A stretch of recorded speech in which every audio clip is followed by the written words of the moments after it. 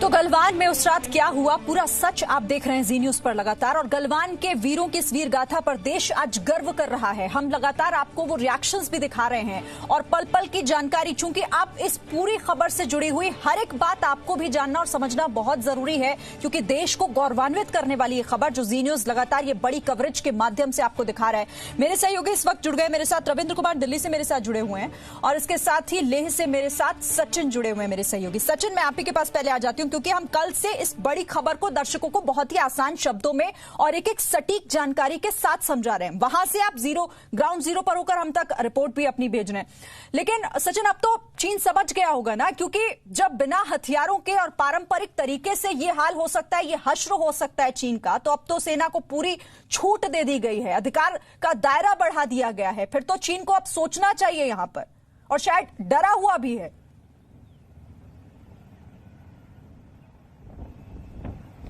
देखिए, जब दुश्मन कमजोर हो और डरा हुआ हो तो कहीं ना कहीं उससे कुछ ज्यादा सावधान रहने की जरूरत होती है और आपको पहले से ज्यादा तैयारी मजबूत करने की जरूरत होती है। और ये बखूबी भारतीय सेना जानती है, क्योंकि ऐसा नहीं है कि भारतीय शूरवीरों की जो गाथा जो जी न्यूज पर आप जी एक्सक्लूसिव आप देख रहे हैं, वर्ल्ड एक्सक्लूसिव, जिसकी पूरे विश्व में चर्चा है। आज मैं तमाम अंतर्राष्ट्रीय अखबार देख रहा था, ग्लोबल टाइम्स में, और चीन के तमाम लोगों का रिएक्शन देख रहा था कि उनकी गवर्नमेंट ने उनसे कुछ छुपाया, यानी कि उनकी गवर्नमेंट ने उनको कुछ बताया नहीं। और चीनी नागरिक जो हैं वो लगातार जो है जी की इस खबर को कोट करके जो है अपनी सरकार से भी सवाल पूछ रहे हैं। लेकिन जब मैंने आपको बात करता हूं चालबाज चरित्र की, तो यहां पर तैयारी हमने देखा कि उससे ज्यादा है। ऐसा नहीं है कि भारतीय सैनिकों ने सबक सिखाया और उसके बाद हम कहीं ना कहीं थोड़ा सा ढीले हो जाते हैं, क्योंकि चीन के चरित्र को बखूबी सेना जानती है।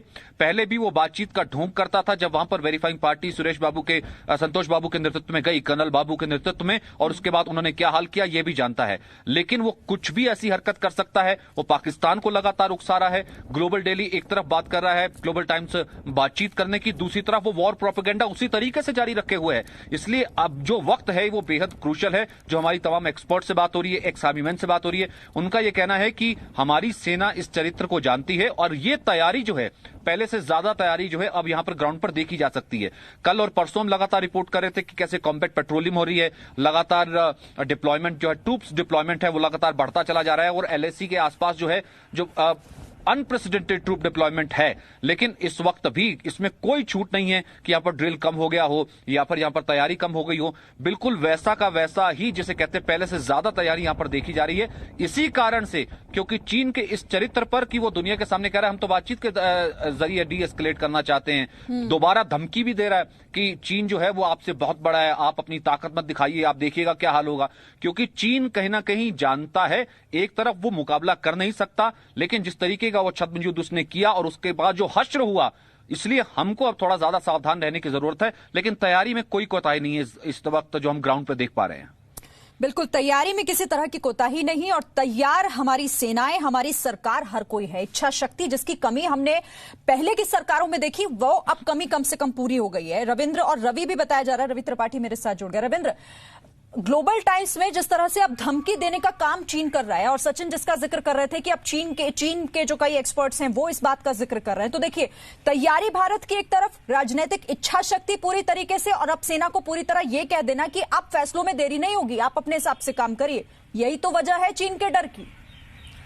बिल्कुल, देखिए, चीन 1962 की तरह ही भारत को अभी 2020 में भी समझ रहा था कि उसी तरह से कमजोर है। हम विश्व की दूसरी तीसरी महाशक्ति हैं सैन्य मामलों में, और भारत हमसे डर के मारे आगे नहीं बढ़ पाएगा। लेकिन हमारे निहत्थे जो सैनिक थे, जो उन 40-50 जो चीनी सैनिकों को जिस तरह से बुरा बर्ताव किया उनके साथ, और जिस तरह से उनकी हत्या की गई, बदला लिया गया, भारतीय गर्व है। और जिस तरह से पूरा जी न्यूज ने वर्ल्ड को दिखाया है कि हमारे सैनिकों के शौर्य को, तो जाहिर तौर पर चीन को जो एक मुगालता था कि भारत हमसे डरेगा, हमसे डर गया है, और 62 की तरह 2020 में भी हमसे दूर रहेगा। लेकिन हमारे सैनिकों, और जाहिर तौर पर देखिए एक बात और है, 5000 साल से भारत पर जिसने भी इन्वेट किया, जिसने भी यहाँ पर हमला किया, उसे मुंह की खानी पड़ी है। 1962 तक, चाहे वो सिकंदर हो या फिर अंग्रेज हो, सबको यहाँ से जाना पड़ा। 1962 में चीन यहाँ पर आया, क्योंकि हमारे सैनिकों की इच्छा शक्ति कमजोर नहीं थी, साहस कमजोर नहीं थी, उस समय कमी थी, तो सैन्य साजो सामान की इच्छा शक्ति, राजनीतिक सोच की कमी थी। आज 2020 में ये सब नहीं है। साजो सामान, जैसा खुद प्रधानमंत्री ने एड्रेस करते हुए कहा था, हर तरह की तैयारी, हर तरह के साजो सामान, और एक एक्सक्लूसिव 500 करोड़ का उनको दे दिया गया, छूट भी दे दिया गया। तो कहीं ना कहीं इच्छा शक्ति भी सैनिकों की, साहस और देश के लिए कुछ भी कर मर मिटने का उनका जज्बा, और दूसरी तरफ भारत की सरकार का एक मजबूत इच्छा शक्ति और राजनीतिक नेतृत्व और फैसले लेने की एक मजबूत जो इच्छा शक्ति होती है वो है।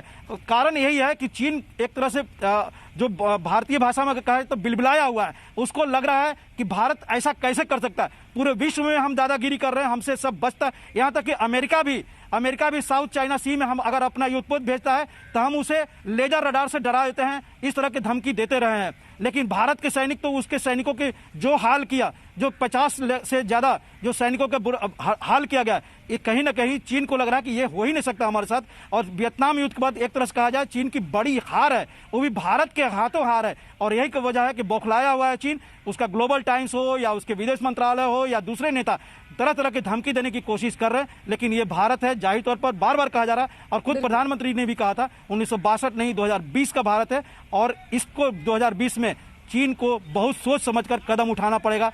LAC उसको मेंटेन करो, नहीं तो आपको बार बार मात खानी पड़ेगी। और जिस तरह से कहा गया कि बलिदान व्यर्थ नहीं जाएगा प्रधानमंत्री द्वारा, तो ये व्यर्थ आगे भी नहीं जाएगा। ये चीन को समझना पड़ेगा, ग्लोबल टाइम्स को समझना पड़ेगा, और वहां के राष्ट्रपति को भी समझना पड़ेगा। बिल्कुल, और शायद समझ आ रहा है चीन को, जिस तरीके से वो गिदड़ भपकियां आप दे रहा है। रवि, अब पहले वाला भारत नहीं है। 1962 तो भूल जाए, 1962 में जो हुआ अब चीन को उसे भूलना पड़ेगा, क्योंकि ये 2020 का नया भारत है, नई इच्छा शक्ति है। हम अपनी तरफ से हमारी कोशिश ये जरूर होती है कि शांति बनी रहे, बहाल रहे, लेकिन संप्रभुता पर कोई चोट करेगा तो चुप तो नहीं बैठेंगे ना। और वही अब सरकार की तरफ से साफ कर दिया कि जरूरत पड़ी तो नियमों में बदलाव करेंगे, और किया। बिल्कुल देखिए 1962 और 2020 में फर्क ये है कि उस समय के लीडरशिप ने चाइना पर पूरा भरोसा किया, हिंदी चीनी भाई भाई के नारे लगे, और उसका कहीं ना कहीं चीन ने फायदा उठाया और धोखा दिया। लेकिन उसके बाद आप देखें तो 1967 में मुंहतोड़ जवाब भारतीय सेना ने चीन को दिया, 1975 में मुंहतोड़ जवाब सेना ने चीन को दिया है। तो ऐसा नहीं है, उसके बाद लगातार इनको जवाब मिलता रहा है। और अब 2020 में जो है ऐसा नेतृत्व है जो कि मुंहतोड़ जवाब देने के लिए पहले से तैयार है और दुनिया को भी अपने साथ लेकर चल रहा है। पहले आप अलग थलग पड़ गए थे, आज अलग थलग आप नहीं है, तो तमाम सारी बातें आज आपके फेवर में है। और उसी का फायदा है कि आज अगर आप 2 बोल रहे हैं तो आपसे 3 आगे बढ़कर हम बोलने को तैयार है। और आपका प्रधानमंत्री खड़े होकर बोल रहा है। उस समय नेहरू जी ने हार मानी थी, और नेहरू जी ने एक तरह से कहीं ना कहीं ऐसा बयान दिया था जिसकी आज तक चर्चा होती है कि नॉर्थ ईस्ट के कई इलाकों को उन्होंने सरेंडर कर दिया था कि हम आपके भरोसे हम आपका कुछ नहीं कर सकते।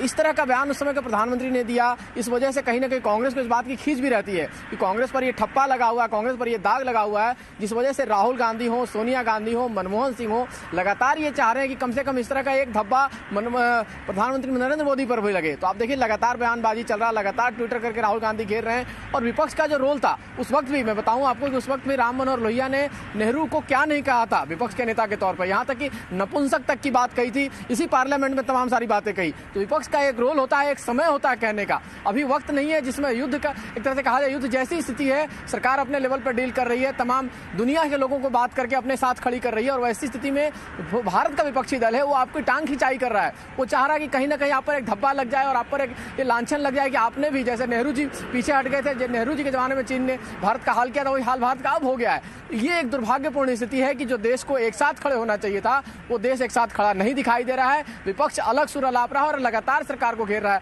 अगर देखें तो एक फर्क जरूर है कि राहुल गांधी ने जो लगातार बयान दिया उससे थोड़ा इतर आप देखिएगा आज मनमोहन सिंह का जो स्टेटमेंट आया है उसमें कई सारी बातें सावधानी से सरकार की आलोचना आप कर सकते हैं, तरीके से कर सकते हैं, एक घेर के उनको कर सकते हैं, लेकिन आप सीधे सीधे अटैक करके आप चाइना को एक मौका देख रहे हैं। चाइना जो इसी यही मौका चाह रहा हो कि विपक्षी दल जो है यहाँ सुर अलापेंगे और उसी बात को वहाँ चाइनीज दिल्ली में छाप कर आपका मजाक उड़ाएगा कि आपके खुद एका नहीं है। कहीं ना कहीं इस मामले पर उस समय के लीडरशिप और इस समय के लीडरशिप में फर्क है। देश कर रहा था कि विपक्ष भी इस मामले में कम से कम देश के साथ रहे, सरकार के साथ रहे और उस इच्छा शक्ति का हिस्सा बने, लेकिन ऐसा हम नहीं देख रहे हैं। Defence expert A K. सिवाज सर भी मेरे साथ जुड़ गए हैं। सिवाज जी, मैं आप ही से इसे समझना चाहूंगी, जब जरूरत विपक्ष की देश को है इस वक्त, तो वो इसमें भी राजनीति कर रहा है, इसमें भी सियासत कर रहा है। एक तरफ तो हम सेना को ताकत देने का, उसमें इजाफा करने का काम कर रहे हैं, पर ऐसे बयान क्या मनोबल तोड़ने का काम नहीं करते?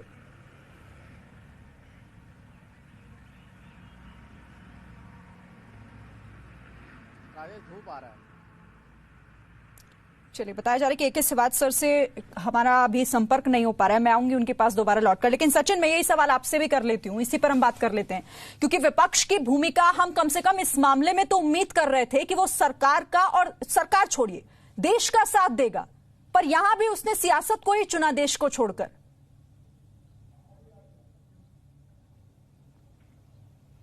ये जिसे कहते हैं ना, कोइंसिडेंटल नहीं है। हम जब कल से ये खबर दिखा रहे हैं और हम लगातार ये रिपोर्ट कर रहे हैं, हम ये लगातार कह रहे हैं कि राहुल गांधी को समझना होगा, ये विपक्ष को समझना होगा, जो कि ज्यादातर विपक्ष समझ भी रहा है। जब शरद पवार कहते हैं उस ऑल पार्टी मीटिंग में कि देखिए, राहुल गांधी को पता ही नहीं था कि वो जो एक अनाम हमारा एग्रीमेंट है जिसमें आर्म्स का प्रयोग नहीं करना है या फिर हमारी एक सेनाएं नहीं करती हैं, उन्हें मालूम नहीं था, लेकिन जो सरकार करेगी हम उसके साथ हैं। उससे पहले ही ऐसी क्या जल्दी थी, अभी तो ये खबर नहीं आई थी, उससे पहले क्या जल्दी थी कि आपने वॉर शुरू होने से पहले या फिर कॉन्फ्लिक्ट शुरू होने से पहले आपने डिक्लेयर कर दिया कि देखिए चाइना जीत गया है। आपने वॉर का रिजल्ट बताना शुरू कर दिया, गलवान हमारे हाथ से छिन गया है। आपने मजाक उड़ाना शुरू कर दिया। देखिए, आप विपक्ष होने के नाते, विपक्ष का मतलब यह है कि आप ओपोजिशन है, यानी आप डिसेंट हो सकता है। डिसेंट किससे हो सकता है? सरकार की पॉलिसी से हो सकता है, विचारधारा से हो सकता है, लेकिन सेना से डिसेंट तो नहीं होता ना, देश से डिसेंट तो नहीं होता ना, ये डिसेंट तो नहीं होता ना कि आप कुछ कोट करें और उसको ग्लोबल टाइम्स कोट करके, लिख करके अपनी कॉन्स्टिट्यूएंसी को बताए। देखिए, वहां के जो अपने नेता है वही बिलीव नहीं करते हैं, वहां के अपने नेता अपने ही सैनिकों पर सवाल उठाते हैं, तो उस वक्त स्थिति इसलिए गंभीर हो जाती है। फिर थोड़ा सा पीछे जाना पड़ेगा, जैसे रवि कह रहे थे 62 में क्या हुआ। 62 के तो कोट करता है चाइना की, उस वक्त अगर पॉलिटिकल विल होती तो चाइना को उस वक्त ही सबक सिखा दिया होता। उससे पहले बीच में क्या हुआ, आप 2009 में जाते हैं, MOU साइन करके आते हैं कि हम वहां पर जो है सड़क नहीं बनाएंगे, हम इंफ्रास्ट्रक्चर डेवलप नहीं करेंगे। अगर यही इंफ्रास्ट्रक्चर जहां लेह से पूछिए या लद्दाख से पूछिए, ये लोग कहते हैं कि यही इंफ्रास्ट्रक्चर अगर डेवलप किया होता पिछले 60 सालों में, हमारे गांव तक सड़क पहुंची होती, जो कि भारत का अभिन्न अंग है। चीन कभी हिमाकत ही नहीं करता LAC क्रॉस करने की, LAC के पास आने की या इंफ्रास्ट्रक्चर करने की, क्योंकि वहां तक सड़क ही नहीं बनी। अब तक तर्क ही दूसरा दिया जाता रहा है। लेकिन जिसे कहते हैं देर आए दुरुस्त आए, जिनका काम है सियासत करना, लोग भी जानते हैं, देश भी जानता है कि वो किसके साथ है। लोग बहुत अच्छे से जो है इस चीज को समझ सकते हैं कि आप सरकार का विरोध करते करते कब देश विरोध में हो जाते हैं। इससे नुकसान कहीं ना कहीं देश का ही होता है और फायदा दुश्मन का भी होता है। सेना के मनोबल पर असर पड़ता है, लेकिन सेना भी जानती है, सेना ये लगातार कहती है हमारा काम है शहादत देना, हमारा काम है लड़ना, और वो हम कर रहे हैं। इसमें ना कोई फर्क आया था, क्योंकि यही फर्क है वहां की आर्मी और यहां की आर्मी में। हमारे लिए राष्ट्र पहले है, अगर जिसके लिए नहीं है राष्ट्र पहले, भले सियासत इच्छा शक्ति नहीं दिखा पाए। कम से कम विपक्ष में जब आप हैं तो इच्छा शक्ति को अब तो दिखाइए, जब देश को आपकी जरूरत है। ठीक है सचिन, आपके पास भी आऊंगी। बाकी मेहमान AK सिवाच सर भी मेरे साथ बने हुए हैं, SP सिन्हा भी हमारे साथ हैं। एक छोटा सा ब्रेक के लिए हम रुक रहे हैं, फौरन लौटते हैं इस बड़ी कवरेज पर। Presenting B News app, available on Google Play and App Store. Download it now.